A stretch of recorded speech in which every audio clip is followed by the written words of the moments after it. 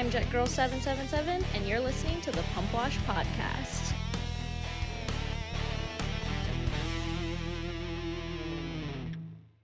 All right, guys, welcome to the Pump Wash Podcast. It's your host, Jet Girl, and today I have a very cool guest. I have the legend, HAULIN Harry Goatchher here, who I am glad to say is now one of my friends after kind of disappearing from the sport for a while. So we're very fortunate to have Harry back around the local swimming pool or pond, I guess, at Body Beach. Yeah. And, I don't want to butcher it. So, Harry, introduce yourself. Oh, boy. So my name is Harry Goatchher. They used to call me HAULIN Harry back in the day. I'm still putting in a few pretty fast laps. So at this age right now, I'm 54 years old. Let's see, I had a 9-year professional career racing pro back when it was pretty vicious back in the 440 and 550 days. I was blessed to have those times. I raced pro stand up until 1993. And then that's when the sit down started to come in and the sport started to take a funny turn. I kind of saw the writing on the wall. There was nothing we could do to stop it. So in 1993, I retired. And I took 1 year off. And then Greater Yamaha out of Florida recruited me to come back for 1 year to race the sit downs. It was a pretty good deal, and I like traveling the country. Jet skiers like to move around. We're very adventurous people. We still are. That's what makes us jet skiers. And the Yamaha just wasn't competitive enough at that time. So I raced sit downs for 1 year in 1995. And then after 1995, I went ahead and hung it up and got into the workforce and had to find another way to make a living. Yeah, so one of the big things that I wanted to talk to Goatchher about today is he is really he's got a unique thing going on because a lot of the legends retired and moved on. Maybe they're riding recreationally, this and that. But Harry's really one of the few that has raced in almost every era of watercraft. Like he was racing 440s, 550s. I distinctly remember this video of him leg dragging the entire start sweeper on a 750. Yep. He's That was a backwards leg drag. Yeah. I'll have you know. That was incredible. But I remember him on the 750. He mentioned the sit down, which I didn't know. Now we didn't make much of a mark, so don't worry about it. Doesn't count. Yeah, it doesn't count. When he came back to racing, he was racing the 800, and now he's in the 1500 and possibly racing a Pro Force. So what I really want to talk to Harry Nobody said anything about racing. Oh, sorry. Pro Force. I don't know about racing. Hey, hold up, swole up. He's looking good on the Pro Force. Cannot confirm or deny if he's racing it, but he's ridden everything. Confirm or deny. Let's get that straight, Jet Girl. I love it. All right, go ahead. But I just want to talk to Harry as someone that loves the technology of the watercraft and how it's evolved over time. I've ridden a lot of different things, but I haven't raced all of them. I kind of just want to talk about your thoughts on being along for that ride. There's a lot of people, God bless them, the vintage purists that are like, put Harry back on a 440. He's going to rip it. And that'll never happen. I was going to say, it sounds like you're over it. So I just want to let you talk about the experience of just riding through the years and how the technology's changed. Boy, it sure has. I mean, gosh, where to begin? So once I fell for Corey, my wife now, she had a 550 limited in her garage that I didn't know about. And I'm like, oh my gosh, let's go. I can't believe I'm going to ride jet skis again. So we're going to cover a lot of area right now. Trying to answer your question is I got on that 550 limited after 25 years, and I've kept myself in pretty good shape, and I had every intention of lighting it up, just lighting it up. Well, guess what? That didn't happen. That thing with no sponsons it was very, very difficult to ride. It was like a pencil that didn't want to stick in the water. True story. Everything will be true. I parked that. I was at Mission Bay, and now all this technology is on the beach, from 800s to 1500s to this and that.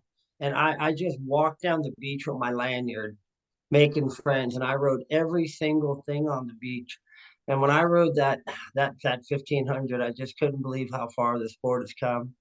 Uh, I never rode that 550 again. We went ahead and just parked it. It's just so difficult to ride. It's just so difficult to ride. The way the sponsons are making the boats turn. I know you want to talk about 550, so let's go ahead and get this over with. We'll start there. Even even the fastest guy in the world, Andrew Sicilian, a great guy, good friend of me and Corey's. I got on that 550 and he's got the sponsons on it. He's got a point. It's the greatest 550 on the planet. And he thought I looked pretty good on it. But I just didn't feel as comfortable as I did on a 800 SXR or a 1500. And at my age, it's a little more difficult to do those butt turns and whatnot. So let me see. Maybe I need a little bit more help. So it's more like, the more stable boats they're just so much easier to ride.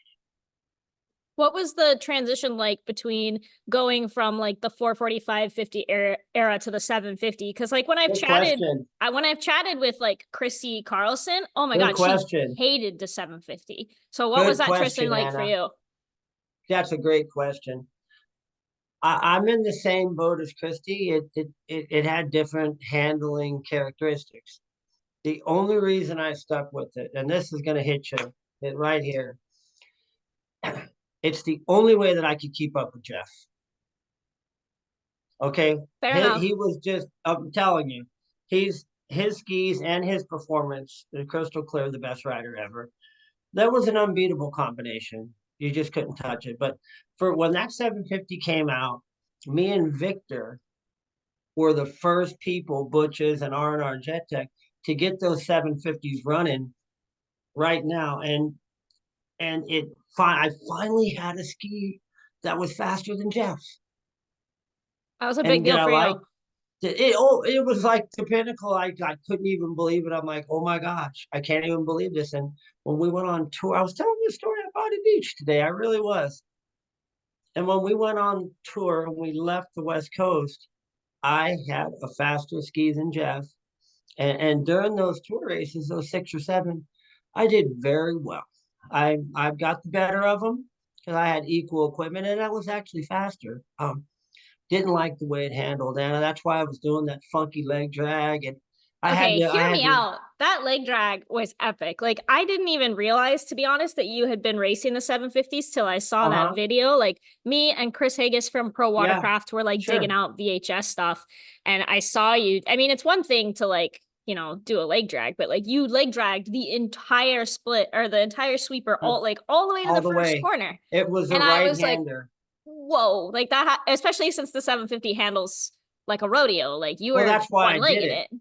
That's why I Crazy. did it. It was a backwards leg drag. Yeah, it was like an opposite leg. Your right foot was forward and your Mhm. left foot was just hanging, basically flapping. But I know you know why I did that. Do you I, remember? I can't remember the exact reason why. Well, Well, okay. Well, here we are, right? Well, this is what we're here for. mm-hmm, Victor Sheldon was a goofy footed rider, mm-hmm. which means the right leg's forward.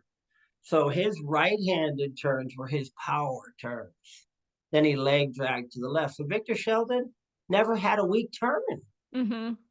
But when the IGSB started making right-handed starts, Jeff and I struggled with that because that's a knee bending, Right.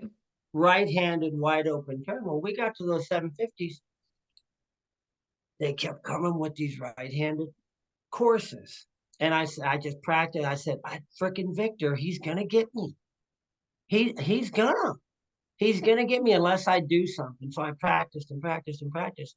And that backwards leg drag, I did exactly to compete with one man, Victor. And you have the footage. You've pulled it up before. It's pretty classic. He and I just bump and bump and bump Mm-hmm. and bump Yeah, that's and the other thing is you're like hanging rails oh and you're not no. falling off. Like Well, dude, I didn't think we talked about stuff. Man, I'm freaking laid out, and that guy is still there. And I'm thinking, get out of my way. And I said, finally, I said, I'm just gonna hit you. I'm just gonna hit you. So I hit him, and we both stood up, and he stayed in that rascal, and he still got the better of me. Yeah, you guys were He, in it, like fully committed. It was awesome. back in those days, it was, I used the word, it was vicious. It was, we were rubbing it, we weren't out to hurt nobody. I never ran into Jeff's legs and vice versa and whatnot, but it's just a different era. But that's why I did that backwards leg drag, was to compete with Victor Sheldon. But to finish the subject, 750s didn't handle that well, so I got to agree with Miss Carlson. Fair enough. Yeah, Christy was telling me that because the 750 handled so bad, that was why her and Chapin had started exploring the idea of sponsons. So I Oh, think I think wow. I think some of the sponsons that we have today are a result of you guys just trying to navigate through skis that were changing. Well, a lot of people ask us, how did you do it back in the day? I can't believe watching the videos and don't ask me. I mean, I was there and I got the footage to prove that I did it, but we didn't have any choice. It's not like there was like, hey, there's option B over there, and we'll just put that on. There just wasn't any of those things. But you said the man, and rest in peace, Bill Chapin's name. He was on the cutting edge. So, much respect to Bill up in that. Yeah, I mean, I feel like any racer, if they have an option B and an option C, they're going to Oh, explore we're gonna all the try it. options. We're Absolutely. Absolutely. we're So, hey, I had one of my mechanics just recently called me and say, hey, I think I can get you 2 miles an hour legally because I race in the stock classes. Do you think you want to try that? I said, to what?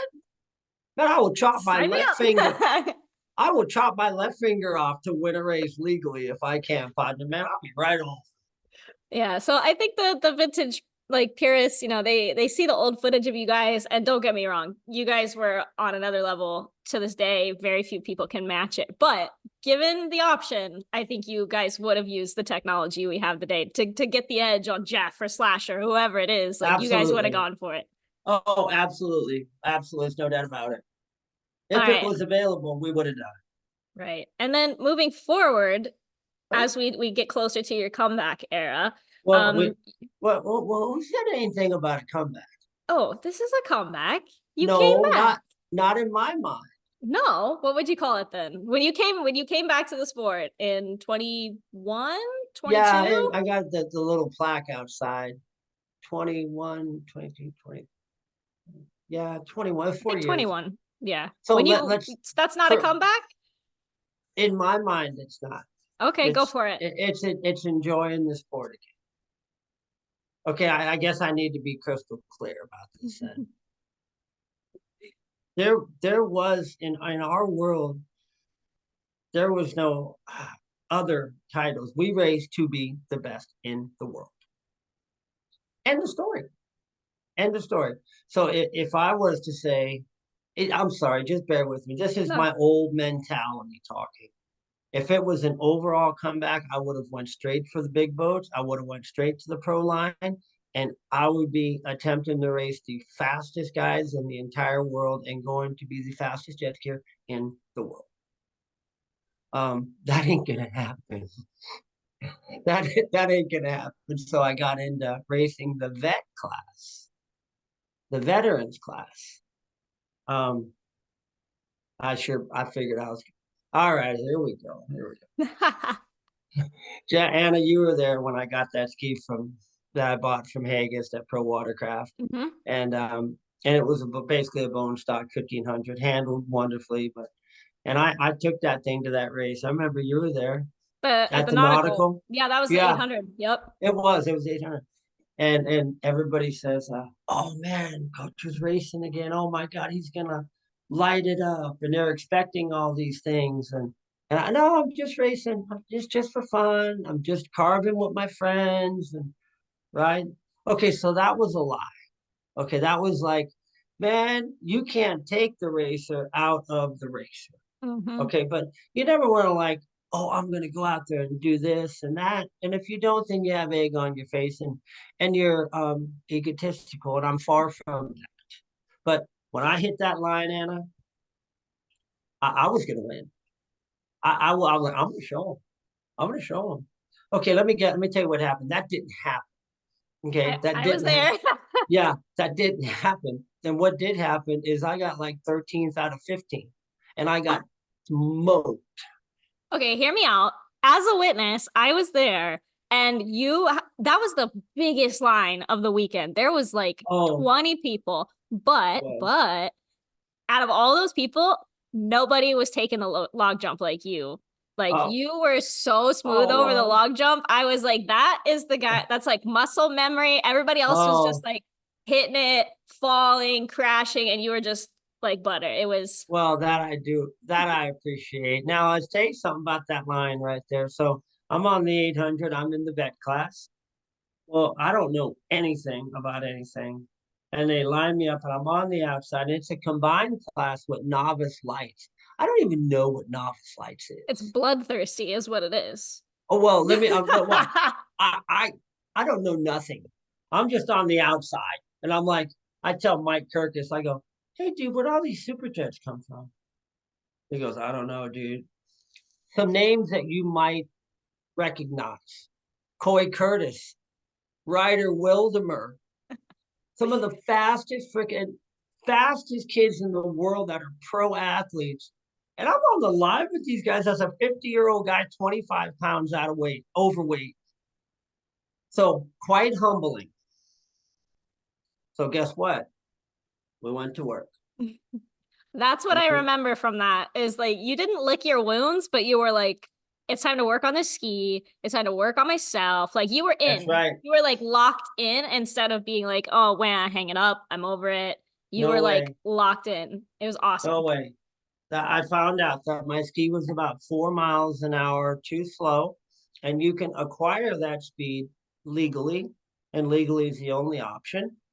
But you have to have the right mechanic and the right people to tune it and do those things. And Brian Bowell of Ultimate Watercraft came up to me at the end of the race, and he said, and he introduced himself, and I'm like, hi, and I'm from Louisiana. I'm very polite to everybody, or my mom would be mad at me if I wasn't. I said, hello, Mr. Brian, how are you? My name's Harry. And he goes, mind if I look at the ski? And I go, not much to see. And he looked around and he goes, so you're about 4 miles an hour off the pace. I go, yeah. He goes, well, I can get you that. I go, Corey, get this man a seat. You need a sandwich? Is there anything that you need, Brian? Come on over. And I got involved with Brian right then, and then we hit the gym and we went to work. Mhm. We really did.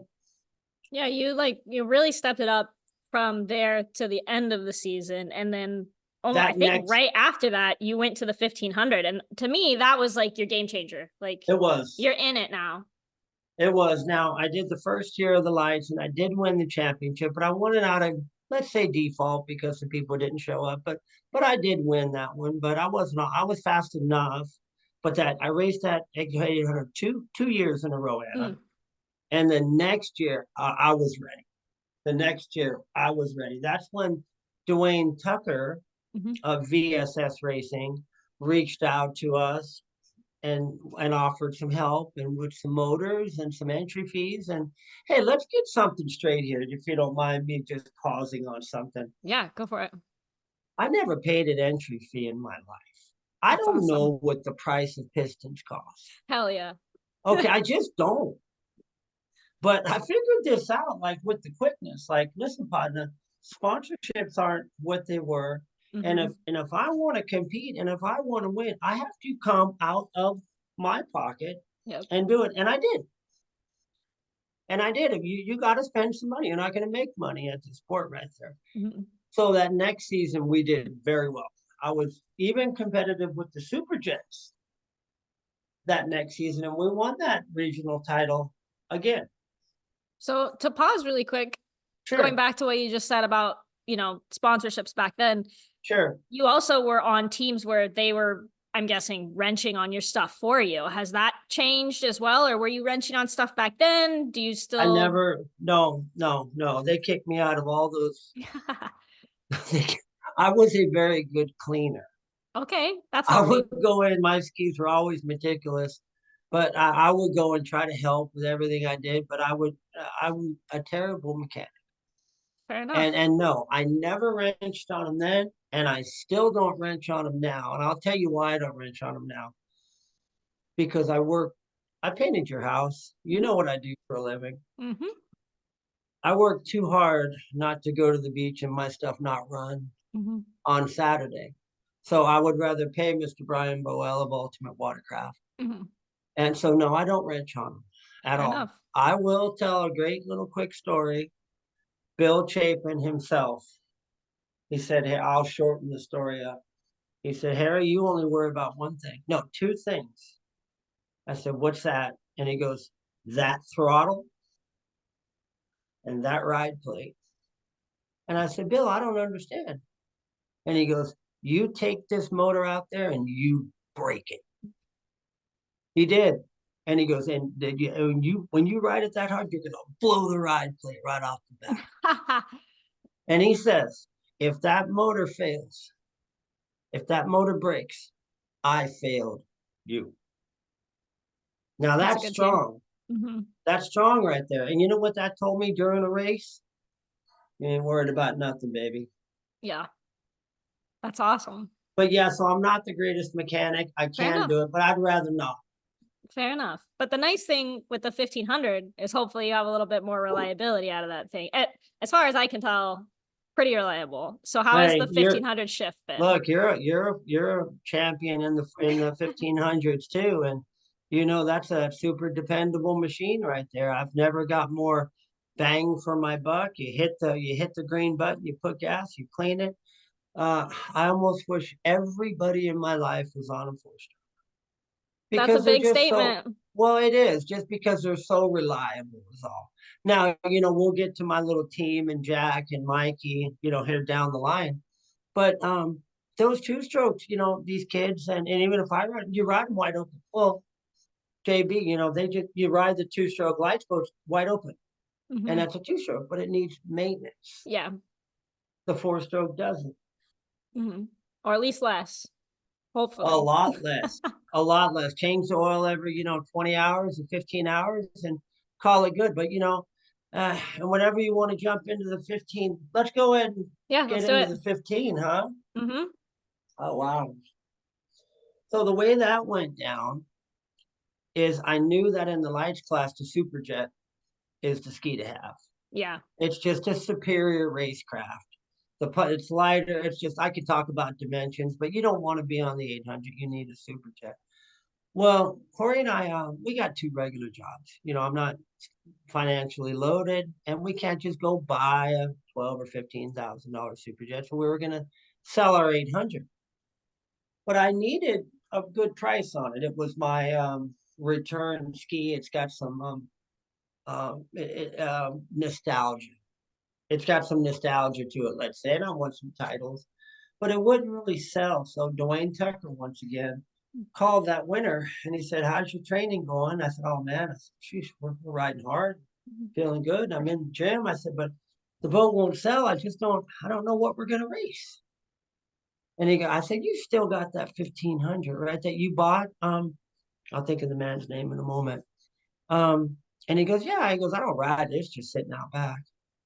And I said, I think maybe I'll come pick it up and practice. He goes, Harry, you never had any interest in racing a 1500. I said, well, the door never opened. He goes, it just did. No, honestly, this is the way things been working. That's And he awesome. goes, if you want to race it, come get it. And we drove 9.5 hours to Northern California. Wow. We came home with that 1500 and brought it straight to Chris Haggis, and we peeled the stickers off, and the 1500 is right in Chris's wheelhouse Hmm. because of his PF3s. He really helped me that season a lot, and for that I am absolutely grateful. And boy, I felt good on that boat right away. The I handling mean, stuff, like I did the exact same thing. I got my 1500 and I took it straight to Chris. of And course, in like a month and a couple like fine tuning things, like I hated that ski when I rode it the first time. And yeah. now it's like one of my favorites. And I was the like, I'll ride a four stroke over my cold dead body. And now I'm here and I love this thing. And it's like 98% thanks to Chris because Yeah, for sure. it's just a weird ski. It's big, it's heavy, it has some weird handling quirks, and because it's so heavy, those quirks are like amplified. So Chris They helps are. patch it all up, and once you get it handling, it's a really good race ski, I think. it's a fantastic race ski, and you just always in life have to give credit where credit is due. So that particular season, um, I couldn't have done it without him. I really couldn't have. And we went into that. Oh gosh, so I got the ski. I rode it. I rode buoys six times, seven times, eight times, and took it into that first race at Windsor. Mhm. I freaking won. I, I, I couldn't believe it because these guys. Hey, let me tell you something. All right, here we go. Here we go.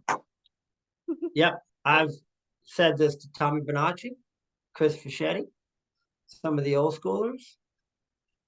This is good. Like you get a 1500 at Super J. I'm pretty good. I got talent. I'm so and so, and I'm feeling pretty good. I think I'll just race the vet class. Yeah, maybe I'll race the masters. Well, I'll tell you something, partner. You better pack a lunch, and you better think long and hard about what you're about to do because I'm doing it. I am doing this, and I'm giving it everything I have just to compete. I'm probably working harder now at racing than I ever have Wow. because I have age, Anna. Mhm. I'm 54. So I mean you have to work out more, you have to ride more. Mhm. But for anybody that thinks that a vet title, a master's title isn't something, now you get man, these dudes are Hear me serious and out. you I know, know that you know. when the girls' lines are like medium to thin, they stick us with the vets and the masters, and you guys are always bullying me. Like the vets are no joke. Like there's a couple guys in that Yes, class Anna. that are heavy hitters. Heavy. Like respect. And the thing about the 1500 stock class is everybody's roughly going the same speed. So you really Yeah, have to have the skills to pay the bills because you're going to yeah, arrive at the first corner with everybody. Like yeah, true the story. person that just bought the ski to the person that won last year's title, like you're all getting to the same corner at the same time. And from there, it's all skill and outriding everybody. And that leads me to my next question Okay. is what I would like to know what it was like Uh-oh. racing against me. Oh, you're fast. Hey, look, let me tell you something. Okay, look, Coach don't pull no punches. No, let me I have never, it. I never will. The only way you could beat Anna Glennon is don't let her get in front of you. Don't. Don't let her get in front of you. Because if you've gotten in front of me before, and that's all over Red Rover. I'm there, you're not leaving. I'm there. There ain't no pass. So, at any rate, if I see Anna Glennon on the line, I am getting to that first turn first because if I don't get you there, I won't get you at all. We had a good race. I think it was Windsor, and I got a really big start when my ski was like almost out of gas, and then there was a Oh, picture where I had like a ski on you on the start, and uh, I admit I sent it to Jeff Jacobs, and I was like, "Time to come out of retirement, buddy. Like Harry's out here giving me hell. Let's go." And um, oh man, what he was talked all kinds of smack to me about like, man, like you let Harry Goacher beat up on you like that. And I was like, okay, come on. well, you're on the Jeff subject, so and you know Jeff for a while. I mean, what's what's stopping him? Oh, you know him. Like he's just I too do cool know for it. him. He's just too cool for it these days. Like he'd rather go to Body Beach and like quietly bully other people on the track than Yeah. show up to a race again. And that's like his style. Like I think I've probably bumped rails with him at Body Beach more than anybody else because that's like he just likes to show up and pick on people. And he's not even running like the big like flashy #1 graphics kit anymore. So like Now and he's got the 51, his so first like year and pro, unless you don't know who that guy is. So he's and like he likes picking it that way. does. Yeah, he I likes know he picking on all does. these he's like picking on all these kids and all these randos on GP1s. Like I he's on a know. stock 1500 like outpacing people on GP1s and it's just like Well, infuriating. well, we'll get through Jeff and get out of Jeff. But I tell you what, I don't say this to many people, but the one thing that I respect about Jeff, even now, especially being a man, an older man, he's probably 52. He has kept himself in good shape. he is still at the top of his physical game. And you got to hand that to any man or woman. So, hats off to him for him. But Yeah. hey, look, it's not as easy as you think it is. No. No, I give you credit for racing the vet class. Like I've raced you guys a bunch. Like Yeah, we have. the age really doesn't seem like, I mean, I'm sure it's difficult, but when I'm racing you guys, I'm not like, oh, there's the old guys, I'm gonna smoke them. I'm like, I gotta No, watch out for those guys. Like you guys also have experience, most of you. Some of the yeah, guys in vet are newer to the sport, but yeah, I those of get you your that point. have experience are usually a big problem because like, it's hit or miss in women's and novice and stuff as Uh-huh. far as experience goes. And the You got a good point. 1500, You got a good point going here. the 1500 is a class where you need to have a brain because you're going so fast that if you're Yeah, traveling faster than your brain, one, you're going to put yourself in a dangerous position, or two, you're going to get stuck behind someone or not be able to make a maneuver that could result in a pass or a correct. better outcome. So you guys are usually my biggest danger because like you or Superior can stalk me for a little while and maybe figure out how to get around me, but someone with less experience is going to get They're stuck never going behind to that do that. wave. And I'm They're good. going to I'm be stuck clean. behind that. Well, and the 1500s are, and a lot of us, and on the since we're still on the 1500 subject, there's 10 riders on the line. I'm going to tell you 7 of them can win. And all those seven, I'm just grabbing numbers here for an example. Don't don't let them get in front of you because the boats are so big. And if you're riding good, and if you're hugging your lines and keeping your speed, it's hard to pass. Mm-hmm. If you're a better rider, I mean, I've been, I would think a much better rider than, so say, somebody that was in front of me, and I'm all over them. But it's tough to pass. So you know what? That's where I go back to get the right mechanic, do your testing, and don't give them a chance. Mm-hmm. Get to that first turn first, and then it's over with. Yeah. Yeah. Getting to the first turn first is huge. Well, I mean, that goes back to, 100 years ago, Harry. You don't have to be, Ray Charles knows that, or can see that. But I mean, I like everybody in my world. And that's everybody that God's puts in my world. Even this weekend, a man from Montana just started riding a few years ago, retired man. I'm like, listen, buddy, come on over here. You need to call this guy. You need this pole. You need that pole. Because I want everybody to have a fighting chance and enjoy our sport. And if you're struggling, what are you enjoying? Yeah. 100%. I always say that when it comes to the handling stuff, like people that want to be a purist, whatever, they don't want to invest in it. Why would you enjoy riding a ski that's beating the crap out of you? Now, there's only one example I will accept. Bless his heart, Mr. Bob Ferris, and some of the pleasure riders that just go out to ride and Mm-hmm. enjoy the rivers and lakes, and they're just out. I'll get it. Yeah, Bob Ferris is on another level. Like Yeah, we Bob's amazing. don't, we love But that I guy. mean, that's the only time that I think I would say, yeah, you're okay. You don't need anything. But if you put a few buoys in front of those and you're trying to make turns, you need to do something about that. Yeah, 100%. Or if you just like, I guess I was saying more for like the complainers, they're like, oh, I want to be better, I want to be faster, but at the same time, they don't want to improve the ski, or they say trade time. 100% trade time is important, but trade time Yeah, of isn't going to course. fix inherent issues with the watercraft you're trying to Well race. said. You know, I've not gotten into it, but I can't even tolerate. Man, I don't know. People might even not like me for what I'm going to say right now. It's okay. This is a safe space. I got your back. Yeah, but it's funny, or I wouldn't say it. I'm out at Mission Bay. I'm on my 1500. I pull off to the track. I'm taking a breather, and a 550 kid. He's a great kid. I mean, I just love this guy, and he's got all of his stuff, but I don't think he had the setback pump. At any rate, I can feel him. He wants to like talk. I go, oh hey Clayton, hey what's up, big brother? He goes, Harry, I need your help. And I said, anything. What's up? I need your advice. I said, okay, what do you got? I know you know the answer to this. I said, okay, lay it on me. What do I do to make this thing turn?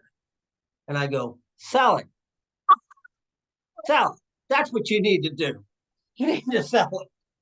Broke his heart on the spot. Now, one of the top classes to watch, and they ain't going nowhere. One of the biggest is 550 Vintage. It Hmm. is awesome to watch. So much respect for them, Yeah, those guys are but it's crazy. just not for me.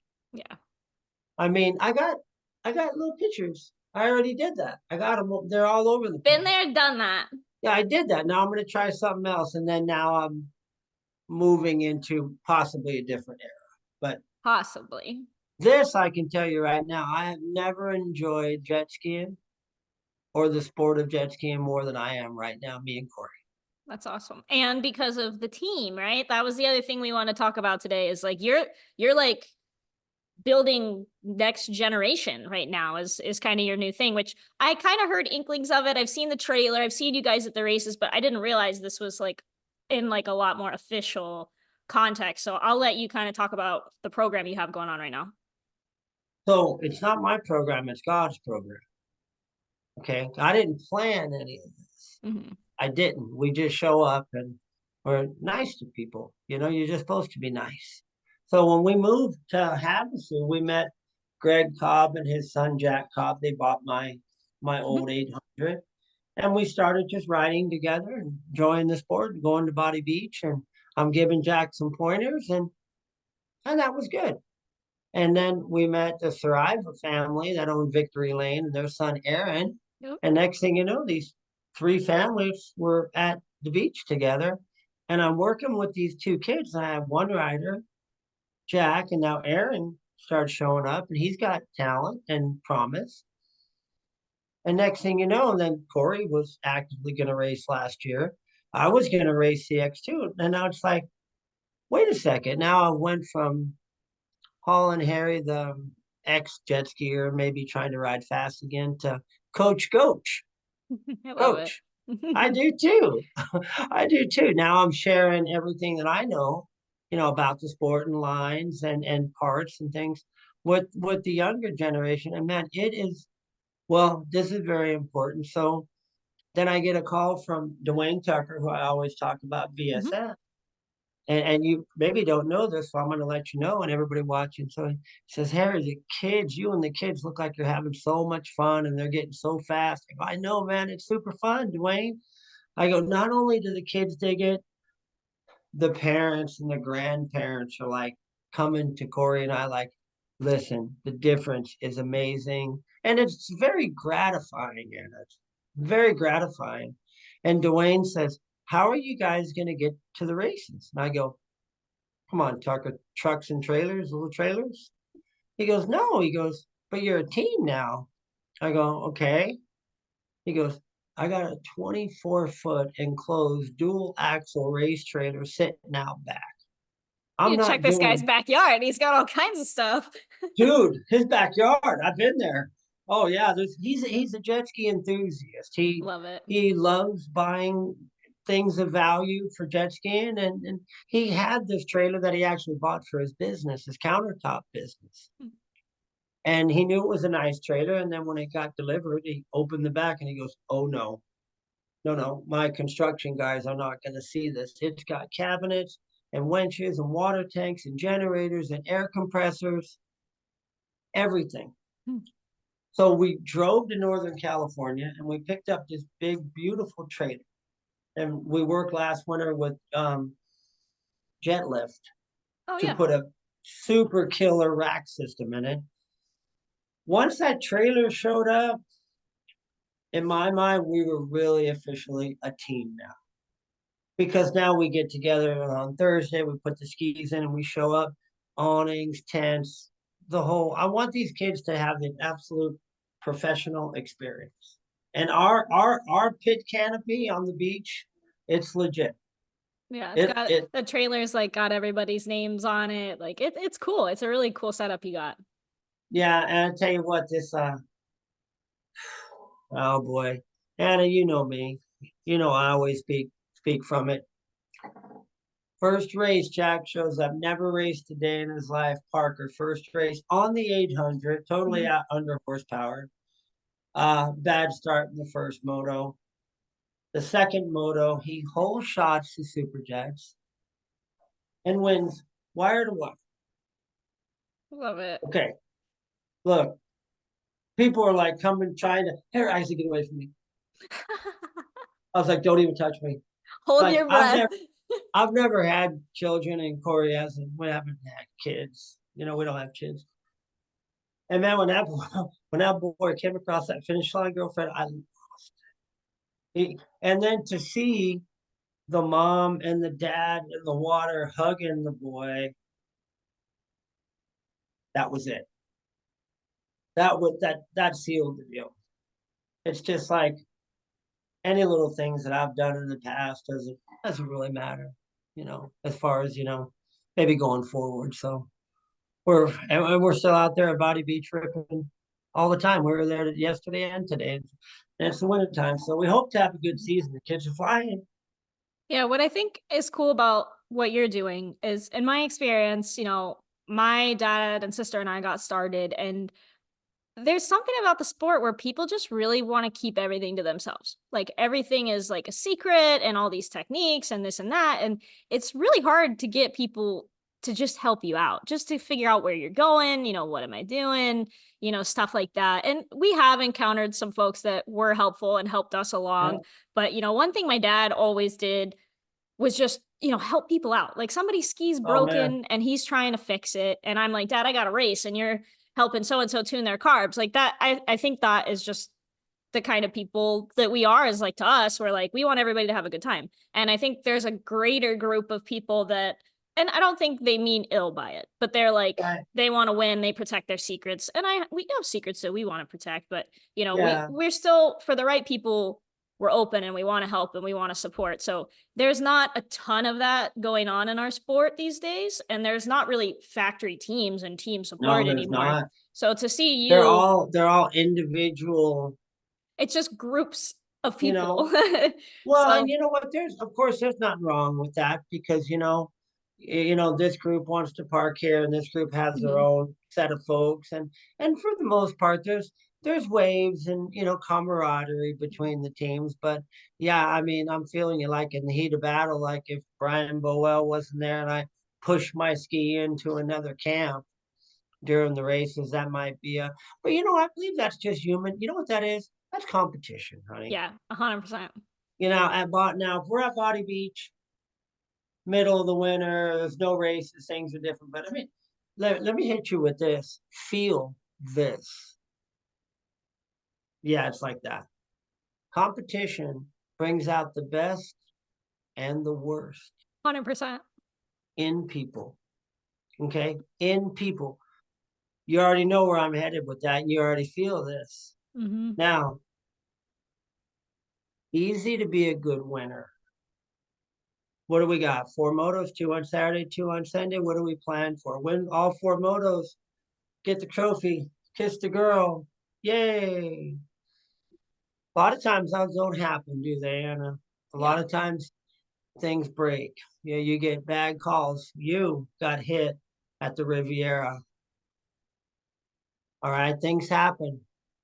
Think terrible things too, and it upsets you. But watch this. You will be defined in defeat. Hmm. Feel that. You will be defined in defeat. When I lost, if I lost, was I that guy? I got balls on that. I can't believe you did that. Now, my heart wants to say that, but the professional doesn't. Yeah. I think for That's me, hard. like the last couple of years, looking at jet ski racing as fun has changed everything. Like when I started, it was fun.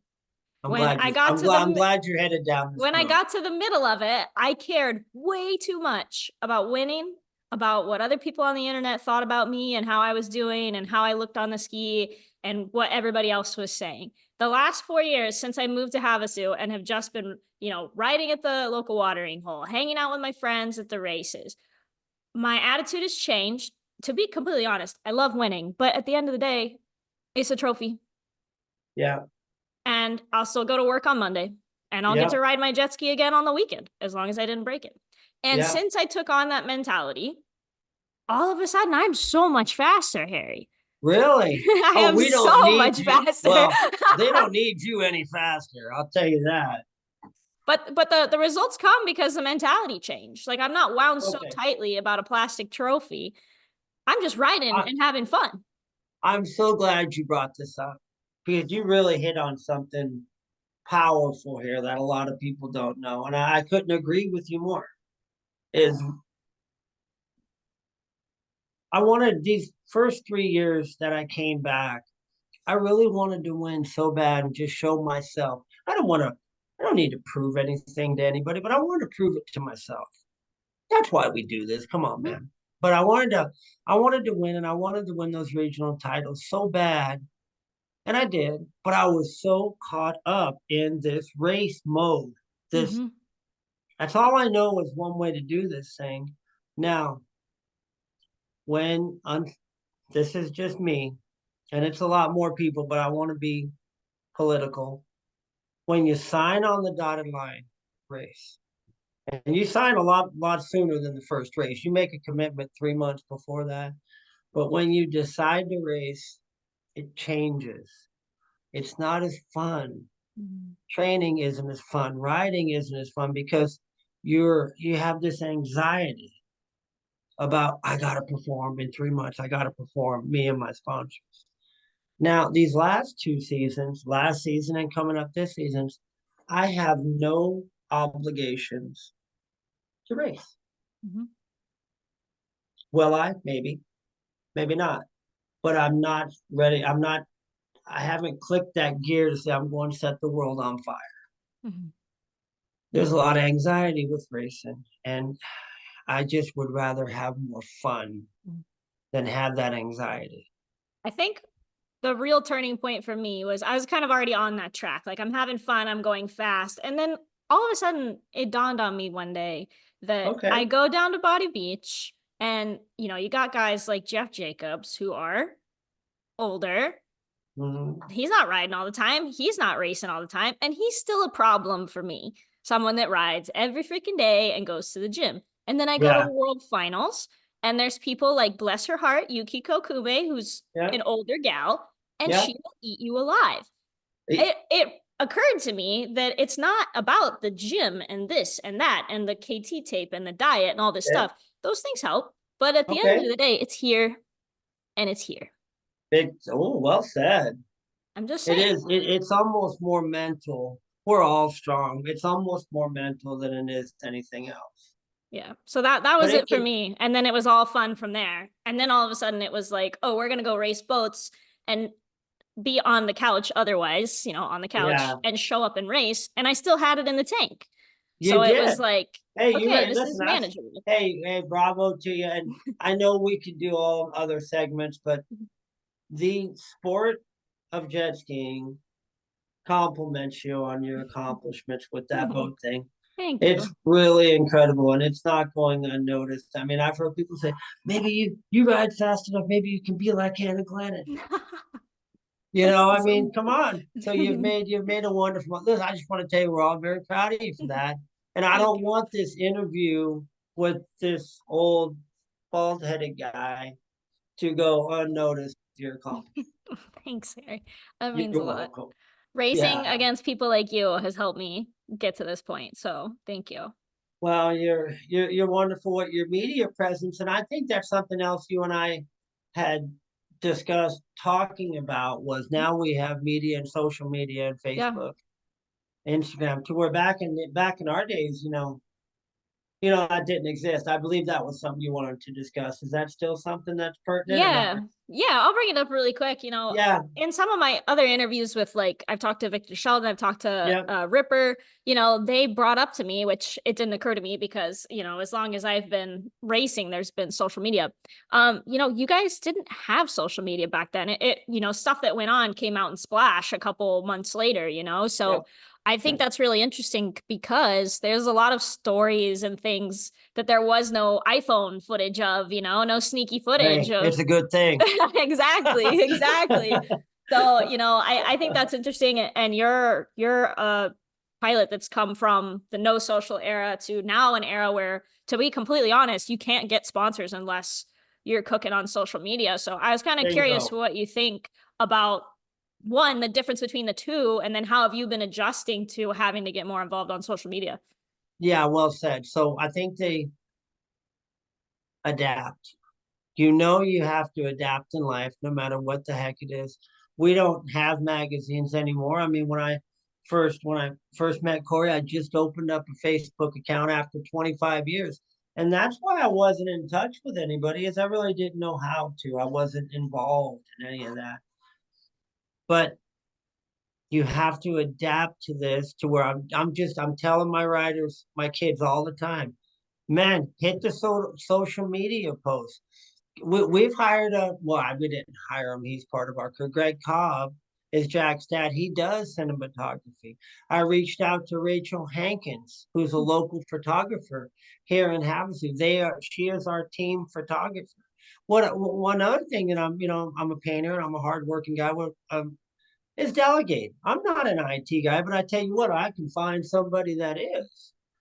You have to have cinematography. Mhm. You have to have interviews.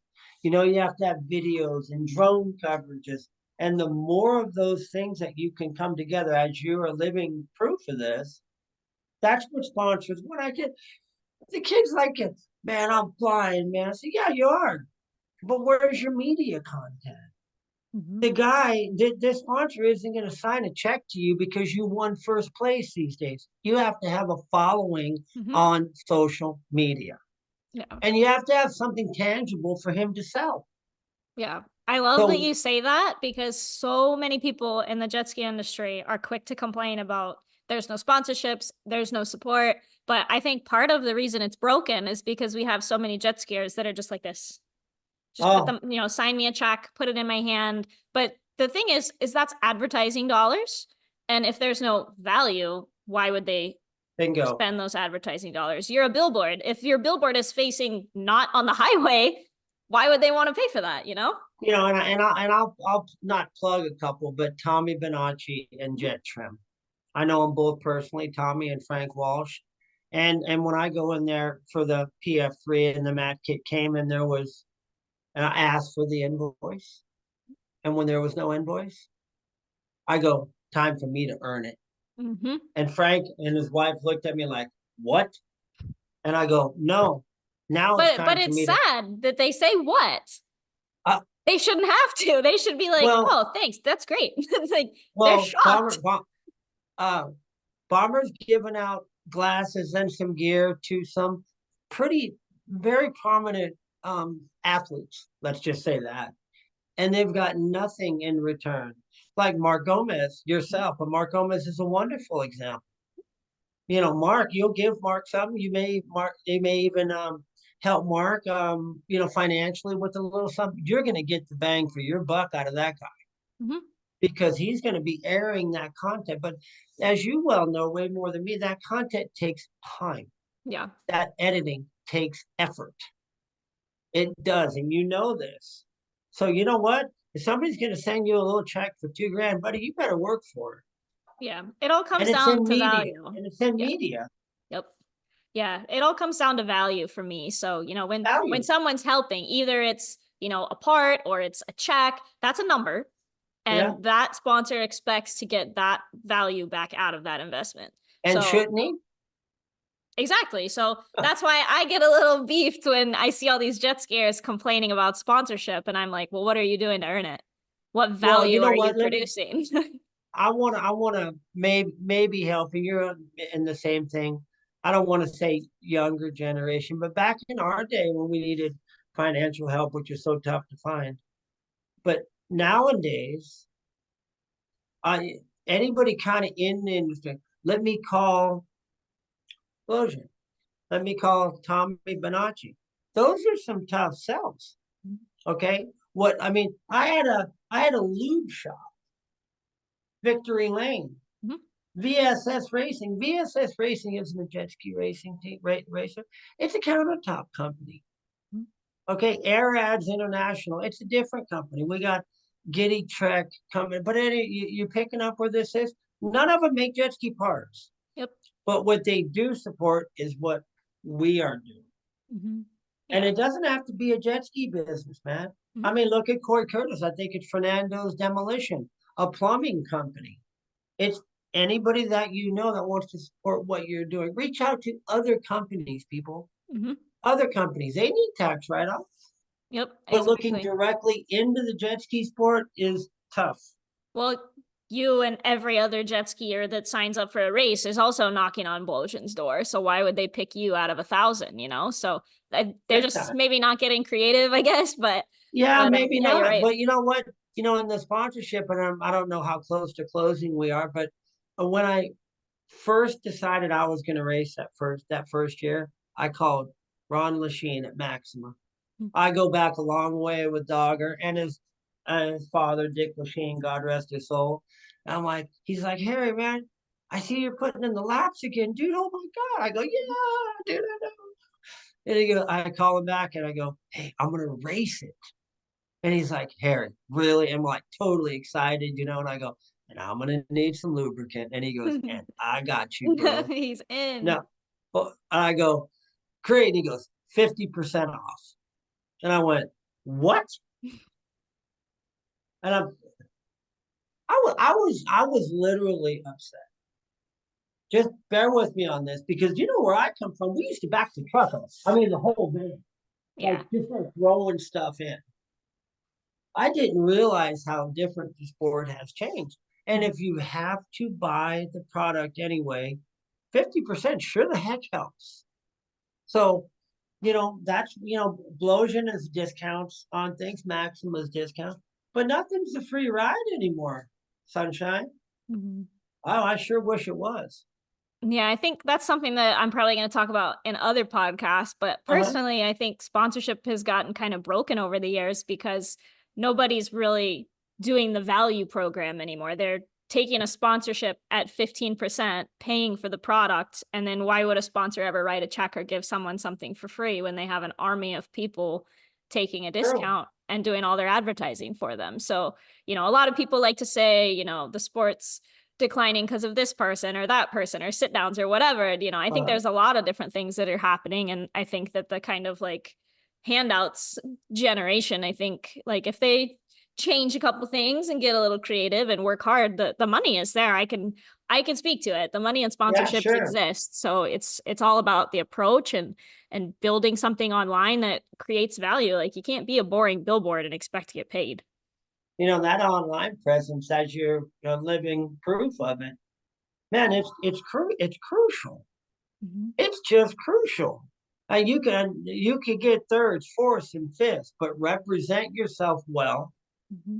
look like a professional, act like a professional, smile, but you represent yourself well.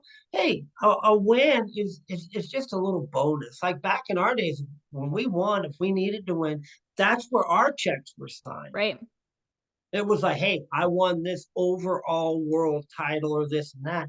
I don't think it's so much these days. I think it's more about your media presence and your professionalism. Yeah, I can speak to that personally. Some of I have some pretty big brand deals with several Sure, brands. you do. And at the end of the day, I don't think they've ever asked, like, did you get a podium? Did you win? Did you? No, they don't even ask you. Bingo. And Bingo. I think some of the younger generation, some of the folks racing in our era right now they're just completely missing the boat on that. Is like you could be the fastest driver on the line, but bad attitude, bad branding, bad internet presence, value. At the end of the day, these brands want to see the best billboard for their buck. And if you can't do that, then it doesn't matter how many trophies you have on the wall. That's just not something they care about. And not to get too much into your e-racing, but do you think, and I'm going to do the best I can here. Do you think Mark Anthony owns it, right? Mhm. Okay. Do you think Mark Anthony reached out to you because you're a fast jet ski racer? No, No. he didn't. No. No, I say that for a reason. I say that I do use you as a tool with my team. I do. And I say that. I say, Anna Glenn is a super fast jet ski racer, but she doesn't have to be the fastest girl in the world, but it's her marketing media Mhm. presence is more than likely why. And she's also a beautiful young lady and cool to hang out with. Thank you, Is Coach. that's why they reached out is because there's going to be value in this team. Yeah. because of your involvement in it. So, guys, stop slamming all those laps. Give me some footage. You need to Mhm. market yourself. It's just as important as going fast on the water, if not more so. Yeah, I can say personally, the biggest year for my career financially was the year that I was at Body Beach the least. My jet ski was broken half the year, but I was making content. I was showing up to as many races as I could, and I was Right. just promoting the heck out of it. And I had enough brand deals to buy this freaking garage and, all this stuff. But none of those brands once asked me, how many titles have you won? How many races have you won? That question never even came up in all of it. It was never They don't. discussed. That's just extra. They don't Nope. care. Yeah. They They they care they about want to you. see And you winning because that's well, good. sure. But that's not the main focus. But even just to see you on the line once a year, you know what? You probably have just as much value promoting you and the ski, just taking it to run with your brother, taking some pictures. You can market that just as well. Mhm. They just don't care as much as Yeah. the media presence. So I think that's what we need to have these kids and not so much kids, even the younger men and women racers. They need to focus on that more. But Yep. that's not easy to do either. You're talented. I believe you have a degree in media. I do. Yep. All right, well, a lot of us don't. But you know what? Find somebody that does, homeboy. Hmm. I mean, to be honest, I was doing this stuff when I was like 15 and it was crappy little GoPro videos from the races because nobody else was making them. And then that's what turned into my career later. But it was just Ah, my dad telling me, hey, if you want to get sponsors, you need to do something special because you're not winning anytime soon. So when I started out, it was GoPro videos and pictures of the races and little write-ups on what was going on because nobody else was doing it. And then that was effective at the time and got me some of my first sponsors. I was so slow. I was so slow my first 2 years. But Steve Webster from Commander Industries uh, was like, I like this kid. She's posting on the internet. She's doing all kinds of stuff. Here's a cylinder head. Here's a t-shirt. And once I cool. like got a taste of that, it was like, okay, all in, Uh, be all right, creative, do everything we can. And now it all snowballed into this, which it's taken a while to get to this point, but sure. there was the degree came later, all that stuff, the training, all that Yeah. stuff. Like I was just trying to be creative and funny and share vintage stuff and everything that I thought jet skiers would think is cool and funny and entertaining. And Oh now we're yeah. here. Well, I mean, I think the sport's got somewhere to go with it, but that's where I just drill these kids, and they're on their phones anyway. I mean, they That's can do correct. so much. They can do so much with it, but no. And if we were speaking to some of the younger generation, just put some good laps in, but focus on your media. Have you a good professional image. Yeah. Yeah, because then when the door opens, example E1, then you're ready. The presence is already Big there. time. You can take it to the next level. You're already ready for the next step because you already made that foundation. You can't be the best jet ski, like focus on being the best jet ski racer ever and then build this stuff and expect it to happen. You got to be doing it at the same time. Well, I know you have help from your dad, but he's in Kansas, but you kind of did it all on your own, Anna, as far as the media and the writing. And I know dad helped with the ski, but if you're a young kid, like, we've got two youngsters on my team, the parents are so crucial. They are so crucial to everything. They almost have to have more dedication than the kid because how's the 100%. kid going to get to the water? Hmm. Who's paying for everything? Yep. So I mean, yeah, there's a lot of moving parts to it, but just to focus on the media and the Facebook and the Instagram and the Snapchats, make yourself seen, right? Hmm. Yeah, and you're right. Like when I was growing up, I didn't want to do any of that stuff. I didn't want to do 10 million laps. I didn't really want to do the social media stuff. And my dad was just like, "Look, I'm not paying for all this. You need to find some sponsors." He told me, he owns his own business, so he knew something about Uh-huh. marketing and he was like, "All right, Sure. you should try this. This is what you should do." And then like I said, like once I got a taste of it being effective, I was like, "All right, I'm all in, let's do this." But you're right. Like if I didn't have a dad who was into it, enjoyed it, encouraged me to do it, I wouldn't get it done. And I think the kids these days might even be worse just because they have so many distractions in their lives these days with the Oh phones yeah. and all these You know, activities.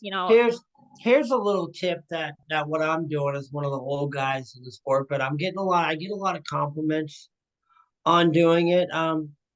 Whatever new rider comes on board, whatever sponsor, whatever glasses, whatever handle pulls, cool parts come in, post about that. Post about that. And sit down. I mean, sit down with the guy that's your mechanic on a personal level. Hey, Brian. Hey, this is Brian Boel of Ultimate Watercraft. Brian, welcome to the team this year, bro. Hey, we really appreciate what you did last year. And we roll tape on that. You've seen them. Mhm. You roll tape on that. And that gives that guy the respect and it also adds some media content to it. So it's like when we're getting ready for our seasons, yeah, and you've seen it, we're flooding you. We're flooding you. I got my chiropractor on my Oh, Dr. really? Joe Bahan, Doc Joe, but I he's a love it. big part of the team. So we do a bunch of videos, and you've seen our skis. We've got some pretty trick skis, Mhm. and the reveals that we do with our skis, like Yep. Greg and Rachel, they're no joke. They come with the whole lights. That's They awesome. got the whole thing and the lights and the cameras, and I think there's a lot of value to that. Mhm. And Yeah, if we get any recognition for it, I'll give it right back to the kids. yeah, I think a lot of people maybe sometimes struggle with like what should they be posting, and the answer is like the whole ride. Like I have gotten like I post these silly little workout videos on my phone from the gym, like just setting the phone up like against the water bottle, whatever. And people Yeah, tease me like, "Oh, I do this all the time." I've gotten brand deals from those silly little videos. really. How about Like that? not tagging anybody, but somebody that is a high up at another company sees it and then they call me and they say, "Let's talk." So I Really? I was just posting those because I was like, I'm so happy I don't weigh 80 pounds anymore. This is kind of fun. And this Yeah. brand, two different brands have come to me and said, like, hey, we want to help you out. We like this content. Oh, you're kidding. So when it comes to Oh, what good to for you. post, the answer is it's not everything, but Right. it's taking people along for the ride if they don't have access to it. So the other thing that's got helped me out a lot are my like DIY videos that I make. And it's like personally for the longest time, I never took the camera into the garage because secrets and like, stuff like that. But I've done videos of like installing mats and like pulling spark plugs and like checking Oh, fuel injectors, and it goes gangbusters because oh, there's cool. plenty of people that either don't know how to do it, have never seen it done, or they're like, wow, this little kid that's built like a Right. hobbit is working on Right. this jet ski right now. So, expand your horizons. It doesn't always have to be And here I am with my trophy. I went 1-1-1-1-1 this weekend. I'm so awesome. I'm so tired of seeing that on the internet, no Harry. doubt. So I just want to be know, creative. what I was just telling Greg today at the water and Jack were out there riding. The dude, everybody knows he's fast. Everybody knows he's fast. I just told him to this. I want him to know who Jack is, though. Mhm. Loading the ski, putting gas in, talking into the camera. How was your day? How was your week? Speaking of Everything Jack, in between. okay. I see all kinds of jet ski kids on my feed all the time, right? And it's always, I went 1-1-1-1-1-1-1 this weekend at the races. That kid was posting funny videos like a year ago that he was just like making up. And that's how I Yeah. remember him, is because I was like, look, there's a kid Well, actually being creative. This is entertaining. And then I saw him join your team. And yeah. that's why I followed him, because he's not doing the same thing that all the other kids are doing. And personally, I mean, I want to see him succeed, but I'm not Well, paying sure. attention to his race results. I'm Not paying paying attention to him attention to the because he's stats. funny. I pay attention to him because he's got a sense of humor and isn't a little jet ski robot. Like, Yeah, and no and doubt. that speaks to it, is that like again the like I'm awesome, I went first place every moto is just nobody cares. It sounds really bad, but nobody cares. At this point in his life and with us now the media will handle that. But you Mhm. need to feel this right now in our universe right now with Jack. Oh, we care. Oh Yeah. no, we want him to win, and Oh he's yeah. putting in. He's gonna Yeah. do It's very not very it's not well. to say that winning doesn't matter, but it's all I about how you know. present it. And these kids that literally all they post is the stat. I went Yeah, I one get one that. one one. That's not as effective as a funny personality taking you along for the ride. And that's kind of what this kid is doing that I like. When I pulled Rachel Hankins Mhm. into the team and asked her to come in, as you well know, cinematography and editing is so time consuming. Yeah. And Greg is good at it all, but he works he works a regular job. He's Yeah. a father. And he's staying up late at night doing this. But when I brought Rachel into this to help him with that, so so we can have more content to do. And I said, what I would like is to have somebody just just to roll tape, just to walk around, Mhm. just loading up, That's how you get the good stuff. laughing, laughing, joking, pushing each other, filling the skis up, teaming up, talking about the pits and the tents and everything that we're doing, and everybody, everybody loving each other, and just roll tape on that. And I'm still working on But that. that in my opinion, It's that's the stuff that people want to see. The real. it's hard. It's hard to coordinate all that. Let Mhm. me tell you something about this team here. It was a 4 or 5 rider, and boy, it's a ton of work, Anna. It is. It is. You're a one lady show, and everything's happening. I've got it's a ton of coordinating to do, and I mean, from everybody sitting in their own chairs and grandmas, grandpas coming in. Boy, it sure can get stressful. I mean, that's why I lost all my hair. I mean, for crying out loud. That was a good one. Uh, but I wouldn't trade it. Um, looking forward to a fun season, and the reason it's going to be funner now is I'm not scheduled to be on the line racing. That really Mm. it takes a big weight off your shoulders. Yeah. Then you can That just way I show can up when just you want. ah, if I show up at all, Nah, you'll be there at least. but you'll never know it. Nah, we're gonna have Jet Girl versus Goacher Thunderdome 2.0. You gotta be Thunderdome, careful. huh? The last time we raced, I was not as fast as I am now, so we gotta have a rematch. Okay, all right, hold on. Don't get my competitive juices flowing. His heart's starting to pick up a little bit. My heart wakes up picked up like this. Old school guys, like if I was to, even if I was gonna come out and try to set the world on fire, like we're old. I wouldn't tell you. I wouldn't post it. That's what I I would. like doing. Like I wait until I'm on the starting line and I'm like, I'm Yeah, here. yeah, Rad. I So I'm know. like, I Right, just got here. right, Surprise. right. I'm not even kidding, Harry. There's been times where I've waited until race day to sign up, and there's girls trying to change out of that class as soon as I get there. And I I believe it. love it. I love it. I think it is so funny to just mess with people. Like, am I going to this race? Am I going to that race? I don't even know, but they're worried about it. And I think that is hilarious. So I love it. I love it. Well, you've earned it. You've earned it. You're super fast. Do you play? Hey, Anna, let me turn the tides on you a little Oh, bit. okay. Do you have any intention of racing anything on a regional level or anything next year?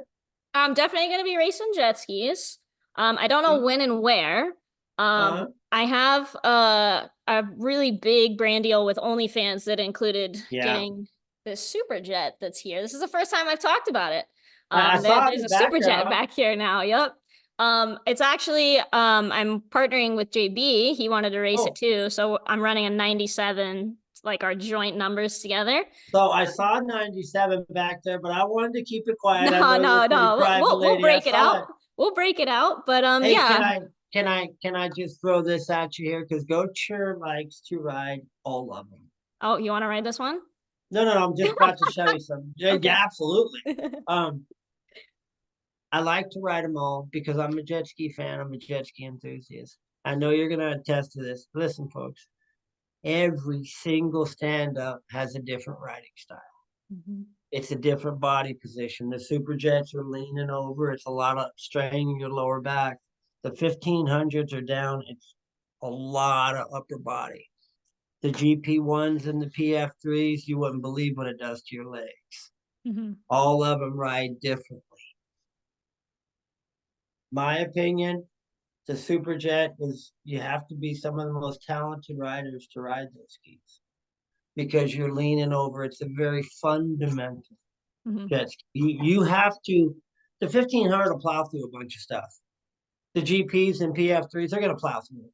Mhm. because it's big and it works. Those super jets, you have to make it do a lot. Yeah. I think some of the most talented riders are on those super jets right 100%. there.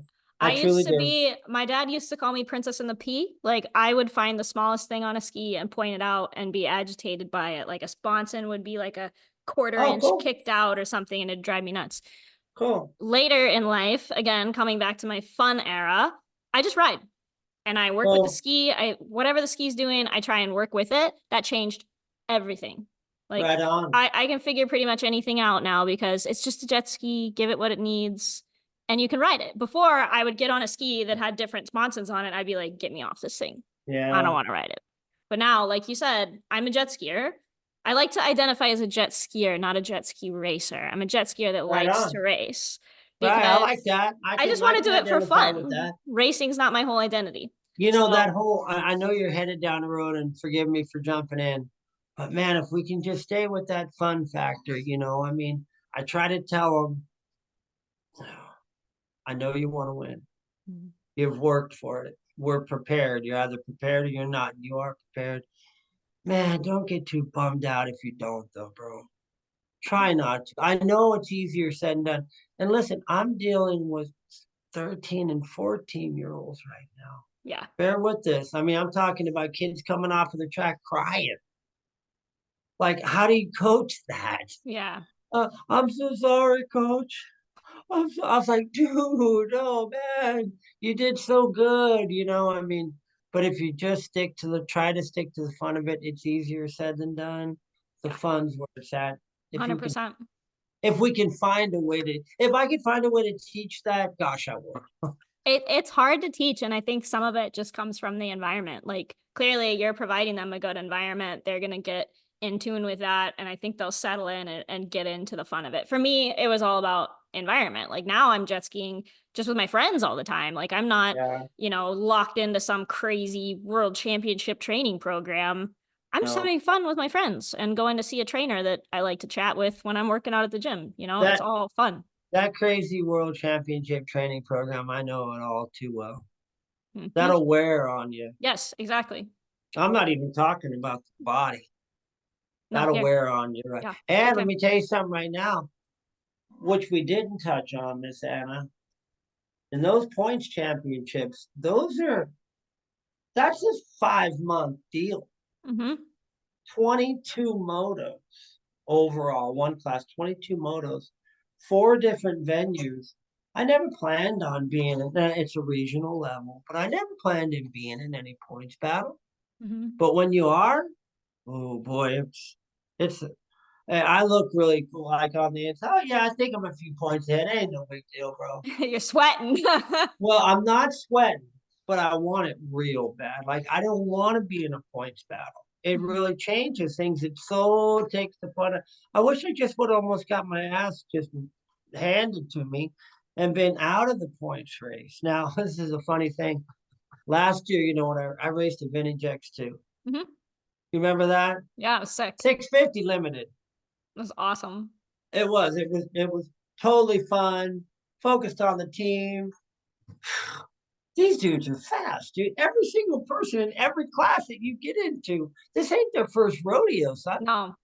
All right. You're throwing a ski at me. I get on it for maybe 5 or 6, 7 times, and I'm gonna take it on the line. These dudes, everybody's fast. So anyway, make a long story short, we get through the whole season, we go into the championship round, and oh dude, I'm tied for the freaking lead. Really? Oh no. Now I gotta try. Well, I actually was trying. But there's an 18-year-old kid in the boat's super fast. And I'm like, oh man. But the point being, it's strenuous. Yeah. There's a lot And going on if up you there. there's a lot going on up there. And then gosh, I want to just get back to the fun of it. And I backed off of the competitive thing last year, but it's always there, Anna. That was the biggest thing for me was this. Like, It's once this always yeah. it's always there. Like, honestly, if it would click right now, I would say I want to race the world finals, and I've already started. That's Mhm. how early you kind of need to start. Yeah. for something like that. But don't have any plans in that. Taking it easy. I love it. Well, I feel like we covered way more than I was expecting. That was epic. We went from Awesome. all the way back to the beginning to now. We talked about your new team. You have a lot going on. I guess to close it out, do you want to give us a rundown, little sponsor shout out and where people Yeah. can find all this media that you've been posting and working on? Yeah, they started our own Facebook page, Team Goacher Racing. Together Nice. we win is our slogan. Love that. Together we win. So you can go on Facebook, Together we win. And we had a bunch of content that we snapped today. Rachel was out there, Greg was out there, Ken Gallagher was out there. Nice. Yeah, we're hoping to do some YouTube stuff, but that's above my pay grade. I mean, but I can delegate. Don't you worry. But Team Goacher Racing, Harry and Corey Goacher, or Team Goacher Racing, together we win. I Looking love it. forward to having a good season. I really appreciate you having me, Anna. Yeah, of course. This was fun. I always love chatting with you because you always tell it like it is. You're always super open and honest. And I really hope people enjoy this because this wasn't just another podcast about you racing 440s. This is the new coach. No, I think we Coach cut. coach. Yeah, Coach, isn't that got a nice I ring love to it? it. I Like love they it. got me a whistle, like it's all engraved. And I said, "Oh, you guys made a big mistake." I love it. Oh, Thank that's you so awesome. much for having me, Miss Yeah, Anna. for sure. Yes. Thank you for joining me on the Pump Wash podcast, and we'll see you guys soon. Thanks. This is the Pump Wash podcast. I'm your host, Jet Girl 777. Be sure to like, subscribe, and share this podcast with all your jet ski bros. And be sure to follow me on Instagram, jetgirl_777 for all kinds of rad jet ski content. And stay tuned for our next episode.